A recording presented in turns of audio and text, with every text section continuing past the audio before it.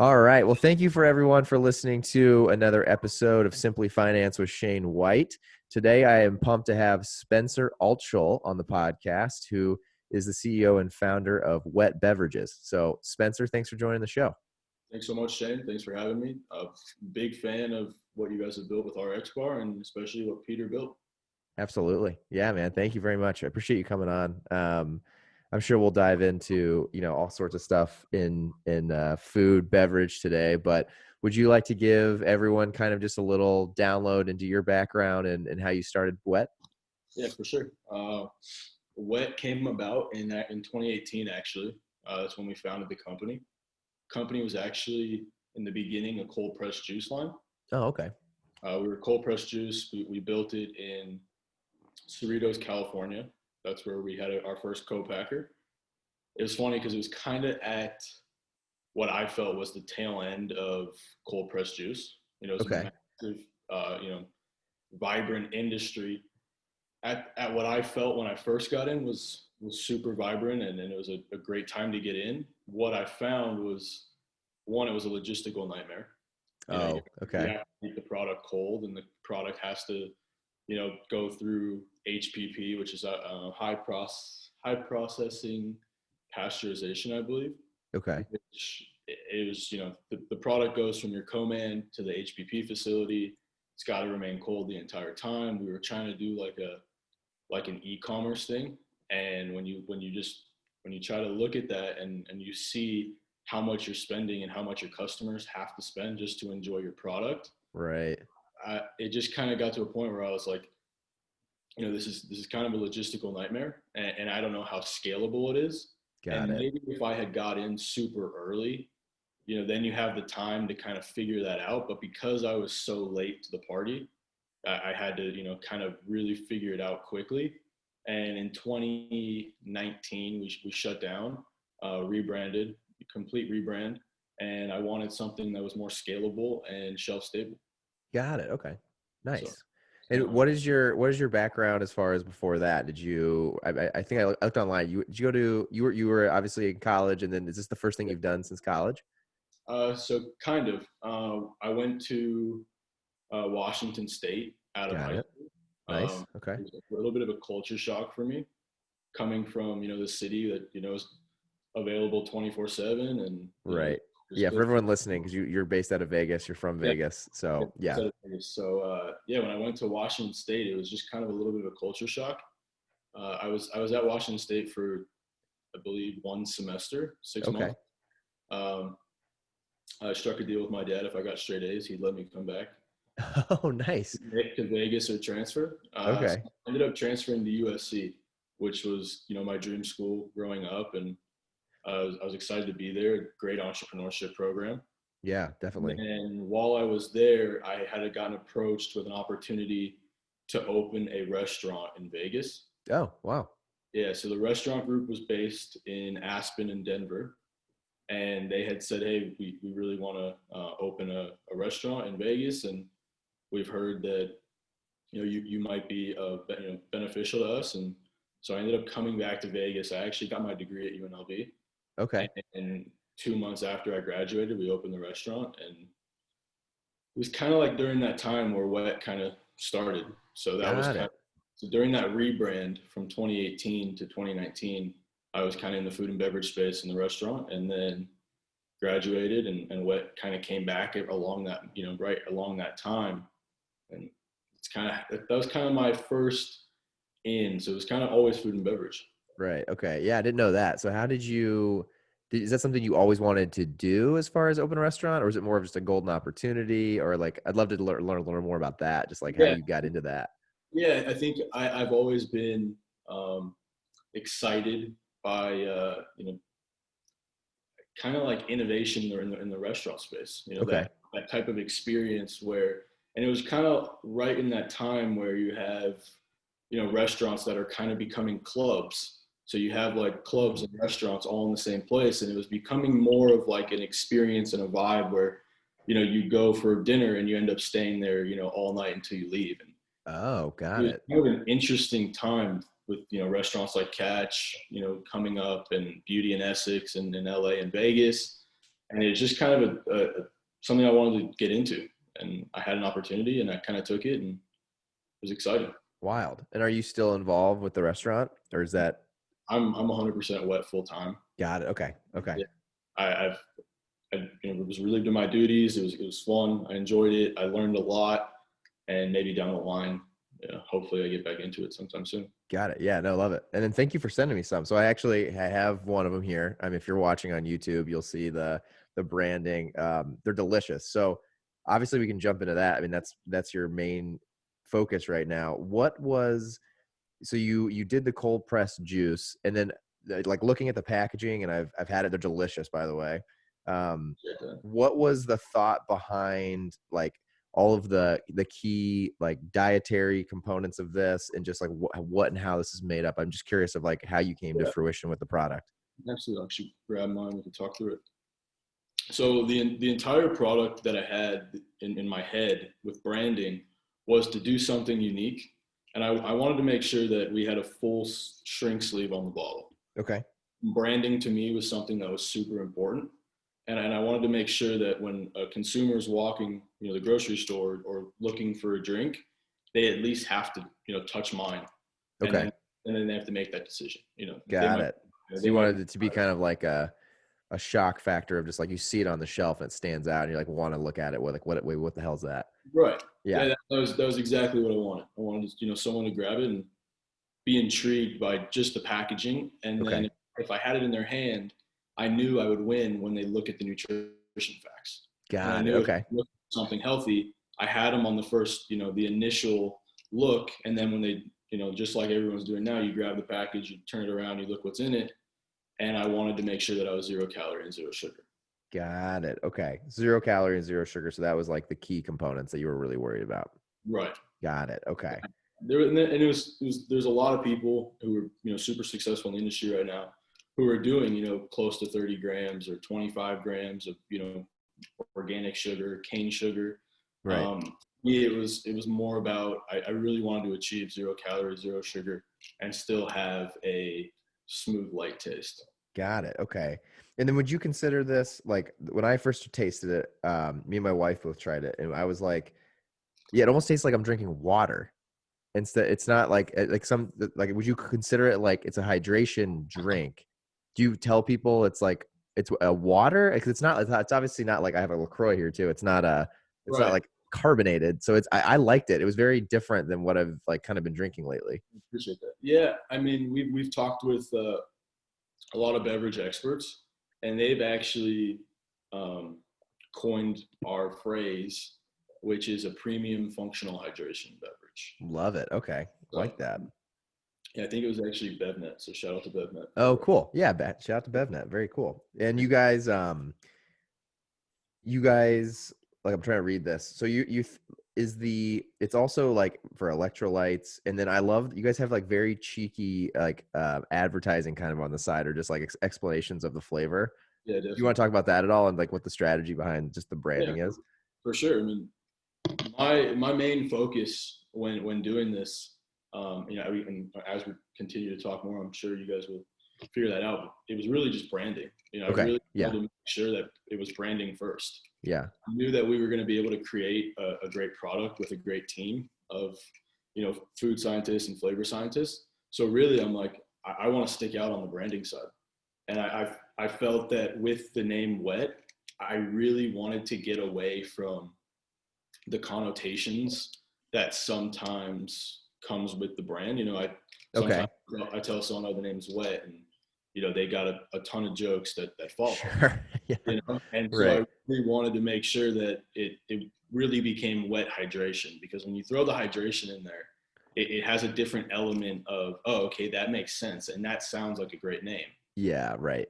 So as much as I wanted to get away from it, I also wanted to make sure that we threw in other elements that create that branding, that lifestyle that people can really connect with. Sure. Yeah. And so the slogans on the side, like on the red one, we've got, water never heard of her. Yeah. Originally, this drink, this formulation, we called it Water 2.0.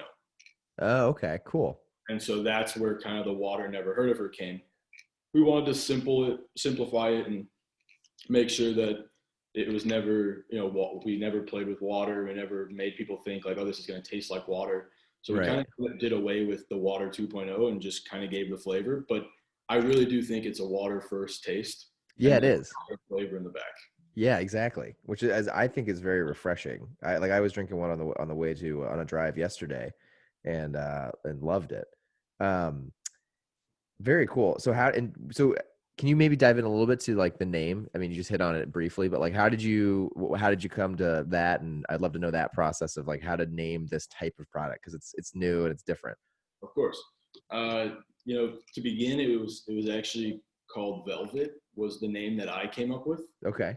and I was telling my mother about the name, and I finally came up with the name, and my mom just gave me that look that she gave me growing up, and she's like, I just don't love it. Yeah. Okay. And I said, all right, well, I like it. We're gonna run with it for now. And I thought for a cold pressed juice, Velvet, it's too super smooth. But my mom was like, it's not gonna, I don't see that scaling. And I Okay. said that, I'm like, okay, all right. So then we went back to the drawing board, and my mom called me, I think in the middle of the night, and she's like, I found it. And I'm Really? Oh, your mom just like thought of a name? and my mom found it. Oh, that's hilarious. That's cool. My mom called me in the middle of the night. She's like, I found it, and she called WET Beverages. Okay. Wow. Next morning, dove into it, bought all the GoDaddy accounts, filed the trademark, and Called it a day. And there called you it. have it. That's Yeah. wild. Okay. Oh, that's funny. That's funny because Yeah. I've said it on here before, I think, but it's funny because my mom was actually the initial reason I even like found RX Bar. So it's funny to yeah, she like me and my wife were looking to move to Chicago, and she had eaten them before, and she looked on the back of the wrapper and just saw they're based out of Chicago. So she like introduced me to it, which is just so funny. Yeah, it's great. Um, yeah, it's funny when that's the funny story when moms help kind of like pivot and do the next thing.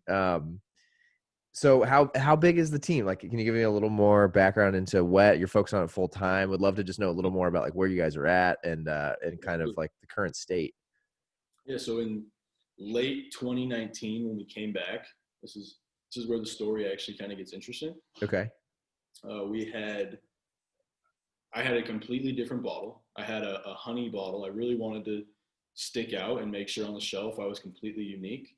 So I found a honey bottle that I could transform into a beverage bottle, and it actually looked like a honeycomb. It had a bunch Oh, of ridges on it. We still did a shrink sleeve complete top to bottom. It was definitely an interesting bottle. I don't think there's any beverage company that is actually using it okay. at the moment. And so we went with that bottle. We had a complete design. We had this kind of the same product, but we had everything laid out ready to go. And I got a phone call in 2019 from a buddy of mine. He said, "Hey, we're doing a kind of like a product party in Venice. You should come. There's a great opportunity." It was actually being hosted by the owner of Dream Pops. Oh, The cool. Oh, so first, just young brands could like all bring their products yeah. together. So I did that, and of course I said yes, but I didn't have a product. I had nothing ready. Oh, nice. And, I just had all the ingredients. I had my shrink sleeves. The bottles weren't shrink sleeve, and I looked at my COO and I said, "We got to do this." So we called a buddy of mine in Vegas who has a coffee FDA approved little small coffee lab. Went in there and actually made all four of the drinks ourselves, Oh, wow, really? Oh, that's funny. and it was an interesting time. It was super. Yeah, I'd always kind of wanted to do that just so Okay. I really could connect with my product and know exactly how it's being made and what goes into it. Right. And I'm not a flavor scientist. I'm not great with numbers, so it was really a challenging time. But we ended up getting it right. We had to do a couple flavors, probably 3 times. We made about 1,500 drinks, Oh, and that's a ton. Just on yeah, your own? yeah, just by hand. Oh, I we wow. were hand filling, putting on the caps. I had to beg someone in town to put some shrink sleeves on for me, and Wow. I it was mean, about, that's a cool story to kind of even dive into deeper. I mean, I can no, only imagine if you're someone in the CPG industry, like knowing what goes into your product. I have to think that's probably paid dividends even since then on absolutely. just Yeah, just maybe give it a little bit into that because I'm sure that going from not making your product to then having to like force make it Yeah, quickly for a big event, it probably has absolutely. lasting effects. Yeah, and we were looking at, during that time before I got that phone call to do the party in Venice in California, we had been looking at, different types of co-man facilities, Okay, co-pack, and it just so happened that, there's no way you get a co-packer to do something in a week. There's a massive setup. So we sure. ended up Oh yeah, it having, takes a long time. right, it was either, we go fill this ourselves, or, we don't do the party and we probably miss an opportunity. Right. And that's, going in there, I mean, it was just me and my COO, and we had, all the equipment that you use to make the drinks. We had a scale, we had the ingredients, we had, bottle cleaners, we had a four-head filler, which Okay. at the time I'm like, oh, this is going to work great, and it really did not work. Okay. Yeah. We ended up, buying like the Gatorade, the big jug of Gatorade that you push the button and you fill. Yeah.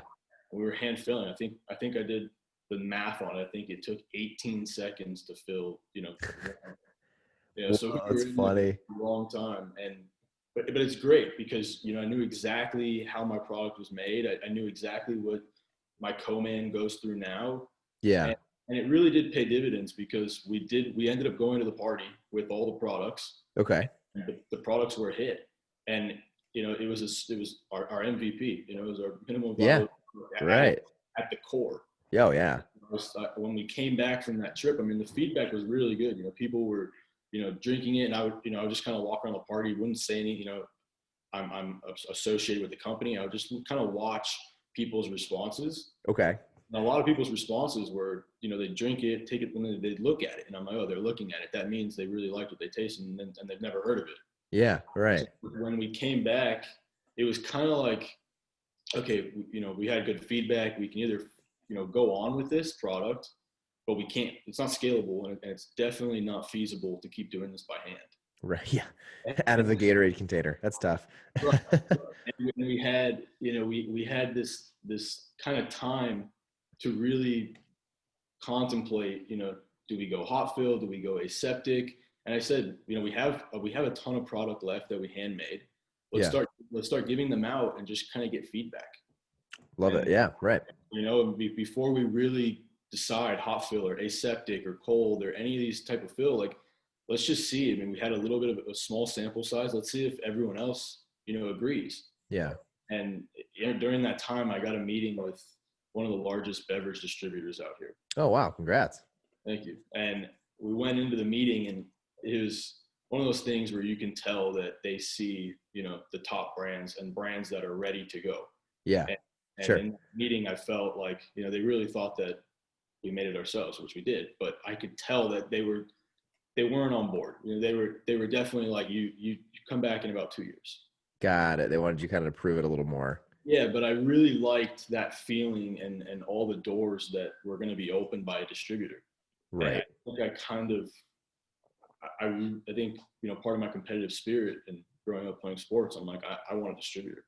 I Okay. want someone when I walk in that they take me more seriously, and I made this myself, but I was super proud of it, and I was Yeah. hungry back then. And my COO, I reached out, we talked the next morning, and he said, what'd you think of the meeting? I said, I think we need a distributor.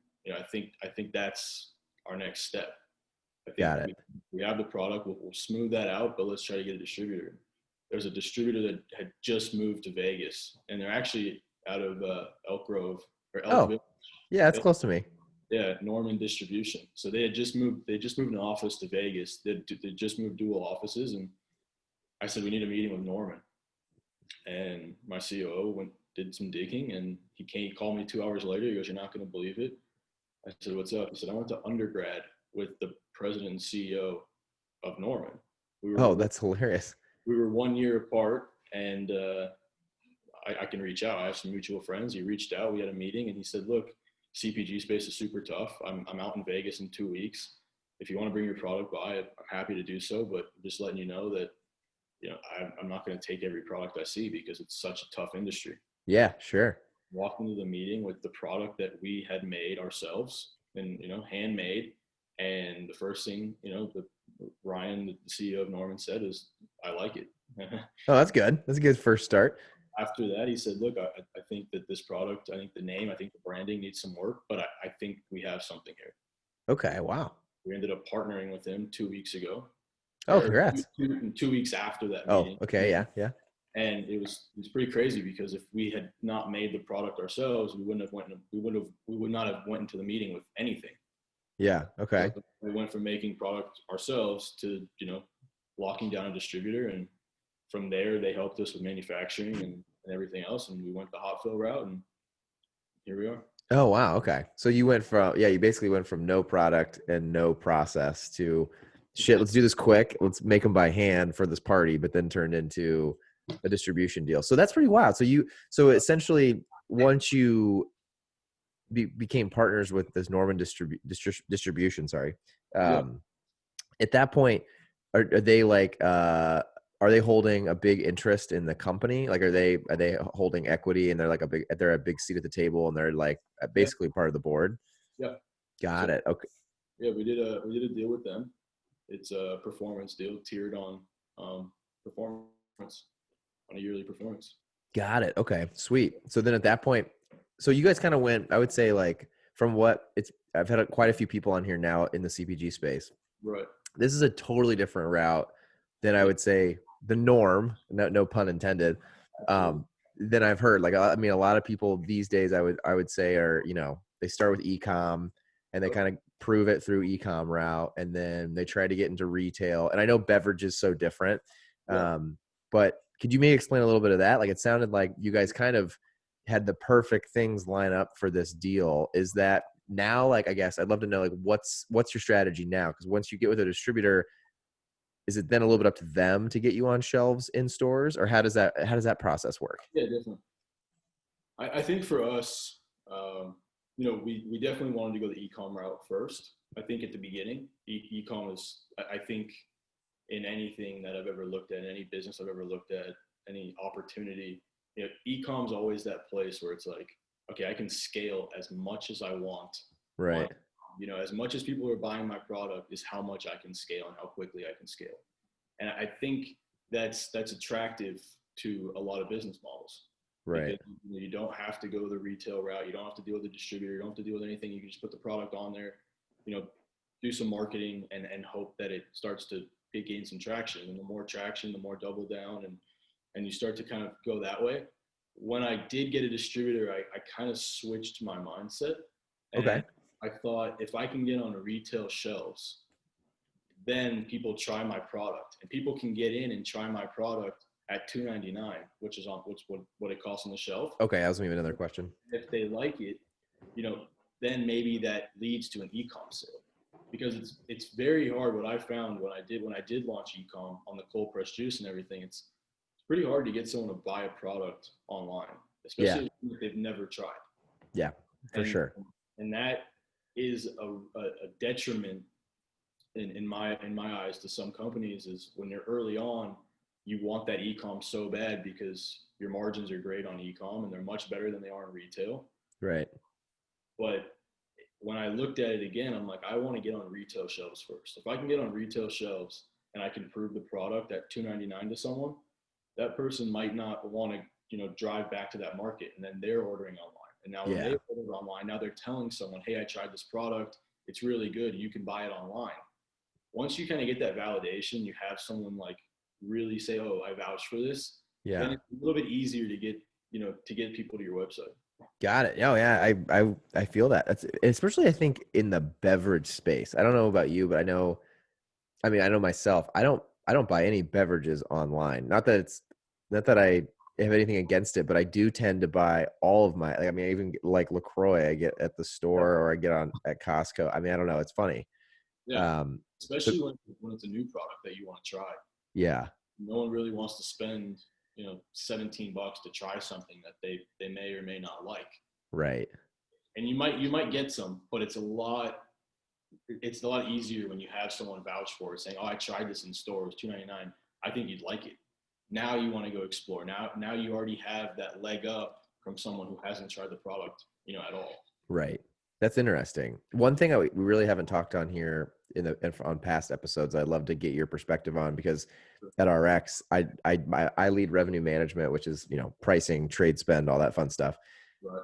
How did you get to 299, and like what went into you deciding like that's kind of where you want to sit at on shelf? Yeah, I think 299 was. We still get feedback that's a little bit high, and we're Okay. still early on. So we're in about 75 stores Awesome. between Yeah. Chicago and Vegas, and so I think we're probably still in beta Yeah. with the 299. We've been moving really, really well at 299. And I think for us, it was I've tried to kind of place this product between, coconut water, Perrier's, and then Bai. Oh And yeah. when you kind of get that landscape, you have really high, 350, 354 for coconut water. Mm-hmm. And then you have, Perrier, you got sitting around $1, 50, and then Bai, you got $1.99. So it was kind of like, where's the sweet spot? And Love it. And two ninety, those are good, like a good three to like have in my mind. Now that I just drank this, I'm like, that's perfect. That does kind of fit right in there. That's a good call. that's kind of where we try to sit on the shelf. And I think it's more about placement versus pricing. Yeah. And in a way, I think if you're placed in the right slot in the grocery store, in the market or gas station, you'll have at least hands, can in hand picking up the product. Right.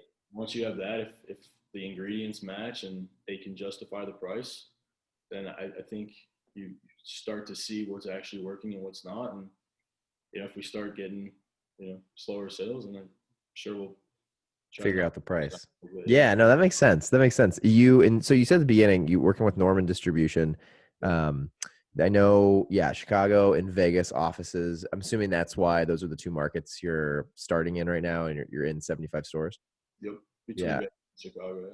Okay. And then what, like for Chicago, for example, yeah, we have a lot of listeners from Chicago. So what are some retailers that you guys are in now? We're in all of the. Let me get this list for you. I actually wrote them all down for you. The big ones in Chicago, we have all the Potash markets, Oh, nice. Yeah. all the South Loop markets, and then Bucktown Market. Cool. Awesome. If Yeah. you're in Chicago, head on to those. Very cool. And have you I'm sure, I mean, I don't know directly if it's impacted. How has COVID impacted a lot of this? I know for us, even like we just started in the Canadian market a couple years, like a year and a half ago. And so a big strategy for us has been bars in hand, which is like impossible right now. Is that something that's been detrimental or a difficulty for you guys just getting like just trying the product, to your point, is so important when you're early on. And if you can't sample as much, how has that worked for you guys? That's the biggest thing. I mean, the demo is in-store demo is what we were really looking forward to. Mm-hmm. We I'm happy that we didn't launch as quickly as I wanted to. When you're going Okay. through a rebrand, it's like you're just like I just want to do this. Yeah. I just want to put this out there. You get to a point where you're 9 months in, you're like, all right, let's do this. But Right. I'm happy that Norman and they kind of talked us through it. Like, hey, look, our product on shelves is declining because of what's going on in the world. And Right. I had talked to a lot of my CPG buddies, big companies, small companies, medium, and everyone was going through the same thing. Got And it. Yeah. I think demo really hurts us because I would love to stand outside of a store and you know bring out your receipt, and I'll give you free two, or I'll give you a coupon, Yeah. and at least get someone to be able to see it and try it. But I think now it kind of opens up another opportunity to marketing, and e-com was definitely not on our radar for probably, I think, in our first projection, probably 3 to 6 months. We were going to just stick to retail and get feedback and really iron out the product, and then go and build a great e-com platform. Yeah. I think the feedback really early on has been great, and I think with COVID, it's like, okay, let's try e-com, faster than we thought, because that is maybe a way to get, can in hand. Right. And doing, we're gonna do some cool stuff that I haven't seen beverage companies do yet with COVID, and Nice. super innovative, and do a lot of, maybe virtual demo. Okay, cool. Try to reach out to customers on our social, and use social to our advantage. Yeah. Yeah, it seems like that's a huge, I mean, it just seems like that's like a big playground right now. That could be for, especially for a new brand, right? Yeah, as much as it kind of goes away from, what I said about, getting people in stores first and then translating that. I think early on we saw that. I saw a lot of, when I would go talk to the markets that we're in, they would say, "Oh, they came to the register saying, oh, my friend sent me in here because they tried it." And I, Right. okay, this might be working, maybe quicker than I thought it was. Yeah, no, absolutely. And what's your plan then? I guess now that kind of COVID's happened, the Norman distribution deal, and you guys are getting beta feedback and customer early on consumer feedback. Are you what's like the game plan for the next year to 2 years for you guys? Like, what's your go to market strategy look like now? Has that changed at all? Yeah, it doesn't really change. Kind of stays relatively on par with what we had. Want to continue to grow out the stores. Definitely grow out the Chicago market.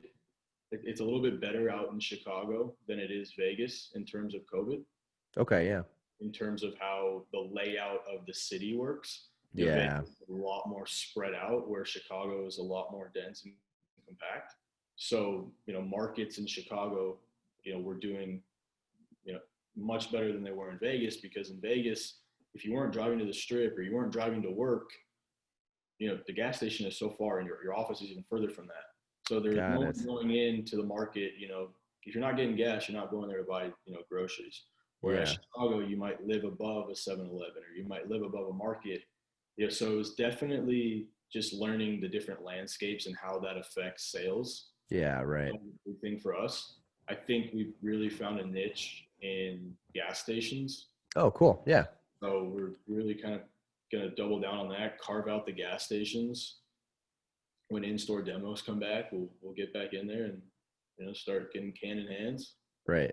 We'll grow out Chicago in the markets. We're going to do a ton of marketing campaigns that we haven't even been able to launch yet, just because the timing. Yeah.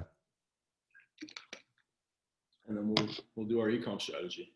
Got it. Yeah, no, love that. Is your thought, and this, I think this is good for anyone who's interested in entrepreneurship and especially food and beverage. Would a plan be for you guys to grow out an entire market and like learn all the ins and outs of like what works, what doesn't work in a Chicago before, like, for example, moving on to like a New York or another large city? Is that kind of the thought? Yeah, definitely. I do think that different products work better or worse in different markets. Mm-hmm. I really do think that we have a New York, LA product, just from how it was kind of constructed and built with brand first. I think in those cities it's really fashion forward. Right. I think our brand kind of fits that. I think an interesting thing is, part of the reason why I really thought about these beverages and the way that we did was, I've always felt that a beverage, or what you eat or what you drink, says a lot about a person prior to meeting them. If Definitely. someone's drinking, Perrier versus, Arrowhead or Aquafina, or, wet versus Tropicana juice. I mean, there's so many different, assumptions, that I think what you put in your body or what you carry around, I think you can kind of get a sense of, in a way of, like, the choices that one makes. Definitely. Yeah. And I think in LA and New York, Chicago, big markets that push that, fashion forward and, healthier lifestyles and all that stuff. I think those are markets that are really good for us. I think we have also a beach city product. I think our product works well in, beach cities, and the bright, vibrant colors, and, the healthy ingredients. I think it's pretty synonymous with that lifestyle. Yeah, definitely. I mean, I definitely, when I saw the product, when you sent it to me, I was thinking, I kept thinking like LA, Vegas, perfect. I was thinking like Miami, Yeah. New York, Chicago. Yeah, I definitely think this could do really well in big cities. I'd be really curious to know how, e-commerce goes. I know that's something that obviously you just talked about in the, in the coming months to year. I know I would imagine, and I've had the Jordan from Super Coffee on here, and we chatted through. We didn't really hit on it a lot, but the one thing I think is interesting in beverage that, like, I, for example, don't deal with as much at RX is just that it's so expensive to ship beverages. Um, is that something that's, I don't know, is that something that you found to be a challenge, just getting into beverages, just the logistics and shipping? Absolutely.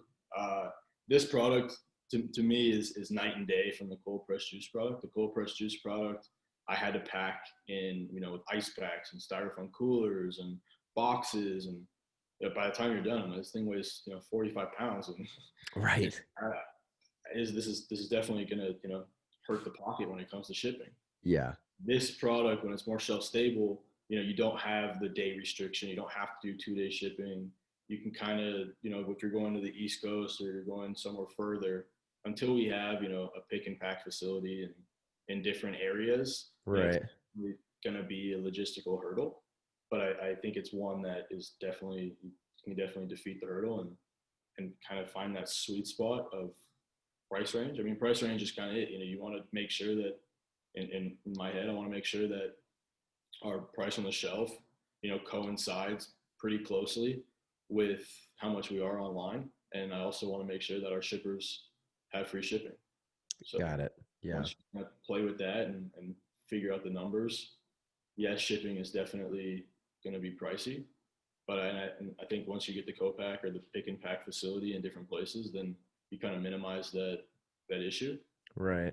But yeah, beverages are definitely an interesting um, product to ship. Right. Is that some of the benefit of partnering with a distribution partner?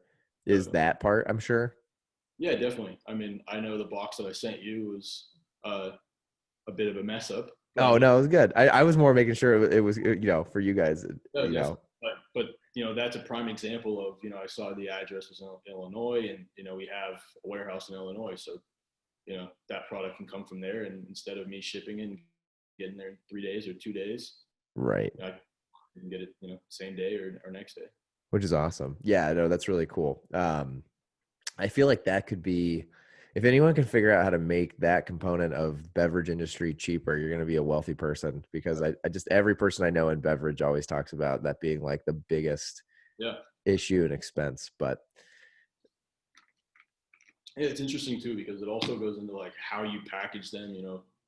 If you do a 4-pack versus a 6-pack or a 15-pack, where it just the how you formulate and how you build it, really affects the shipping. If you right. ship 12 versus 15, you're minimizing the shipping rate by 3 more bottles, but Got it. it doesn't really add much more weight.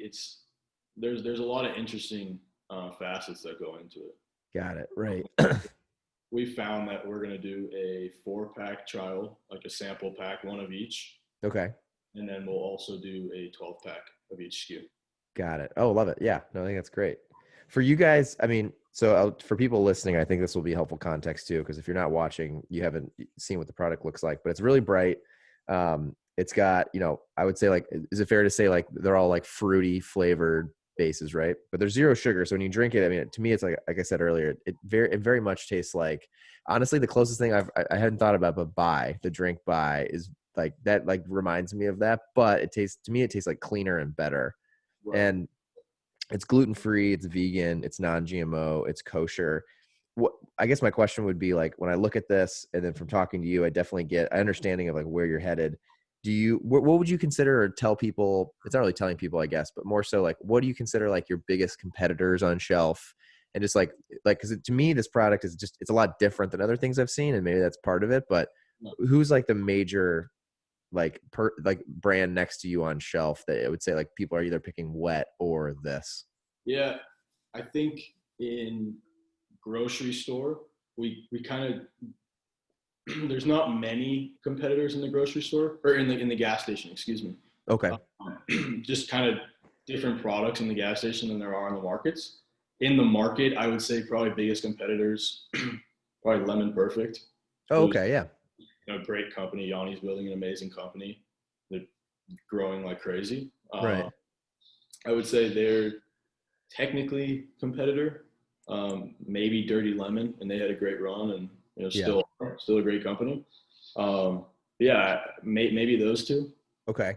Maybe any other water company. I mean, I really think it's a unique water first taste, but still has elements of like a juice or a, I think too, it's like we kind of got the functional aspect of cold pressed juice, but got the shelf stability of a hot fill product. Right. Yeah, it's a really good combo. And what would you tell people is like I mean, maybe there's not. Is there like a specific use case for it? Because like I know I had it in the afternoon. I just had it in the Yeah, morning. You're drinking one right now. It's in the morning. yeah, So when do you see people normally drink them?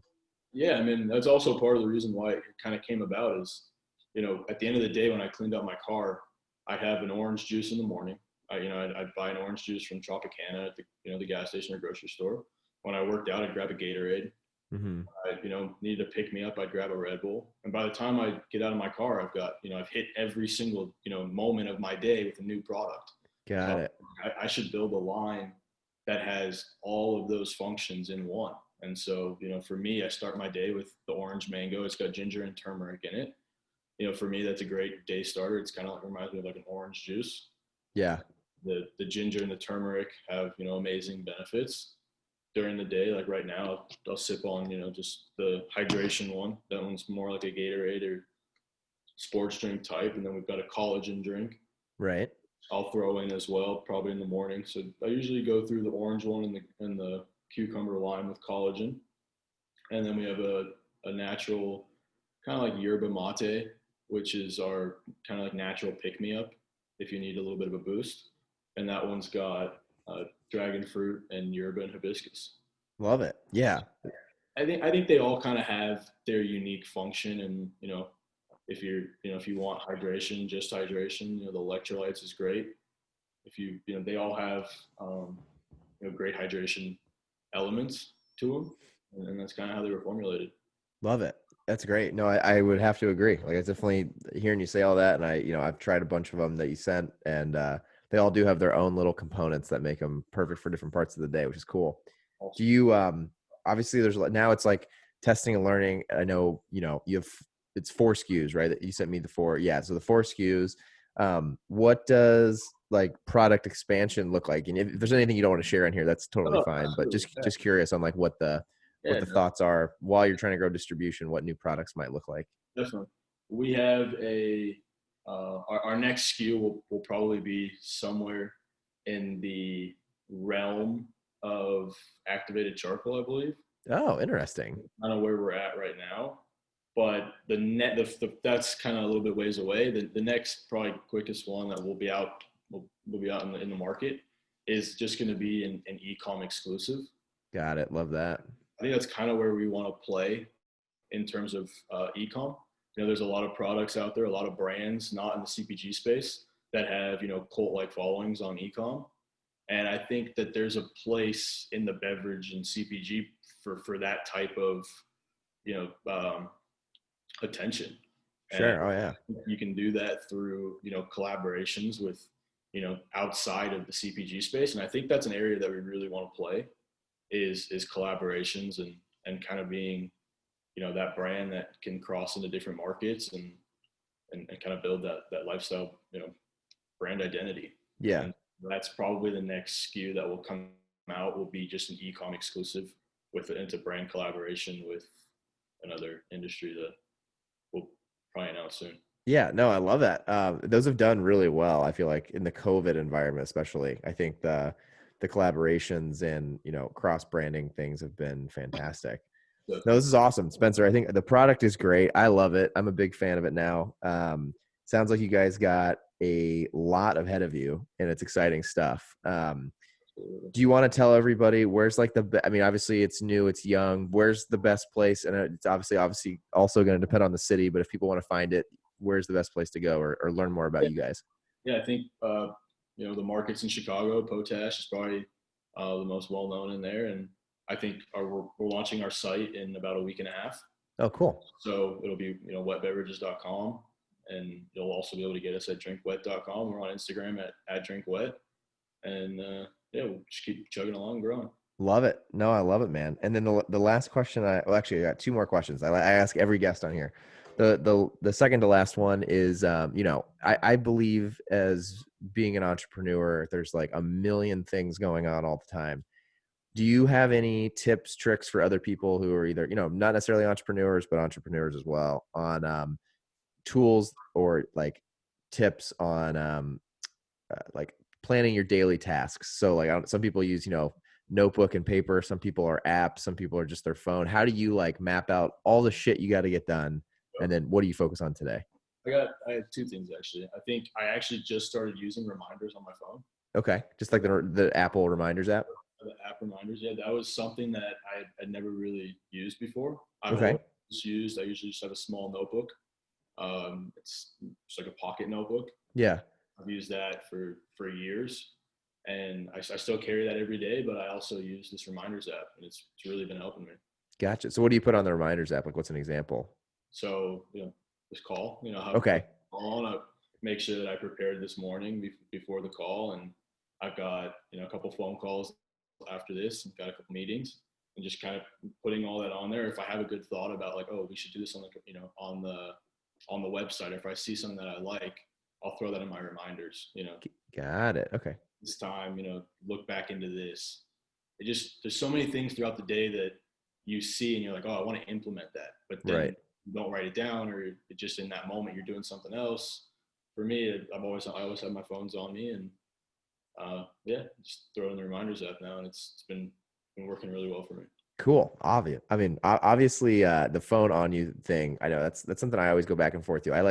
I do tons of different. I do like bullet journaling, other like notebook things. There's something about get on paper I love, but at the end of the day, I get pissed at myself if I'm like somewhere without my notebook and I'm like, shit, I know there's like two things I needed to do that I could just get done with on my phone, like a phone call or something. And then when you don't have it, you're like, well, shit, that's the whole point. I should be able to like look at my phone and be like, oh shit, I need to call that person. Let me call them real quick. So I get that. That's cool. And then this one, I think is one of my favorite questions is just, do you have any like books, podcasts, or like sources of knowledge that you'd love to like tell friends and family? Absolutely. I think the best book that I've ever read is Cain and Abel by Jeffrey Archer. Never heard of that one. Great book. My father actually gave it to me when I graduated high school. Okay. And when I kind of wanted to get into business, he was like, this is kind of the book that I recommend for you. And it's a great book about the tale of two different, the same people born on the same day, just different sides of the world. Oh. Kind of goes through their journey on how they, found themselves and built themselves up and got to where they are today. Love it. Oh, that's really cool. All right. I will add that to the show notes so that everyone can find that one. Great book. Awesome. Well, thank you so much, Spencer. This was really fun. I hope everyone at home checks out WET Beverages, and pumped for you guys. I think you're in an awesome spot, and you got a lot of fun stuff ahead of you. So Appreciate good that. luck.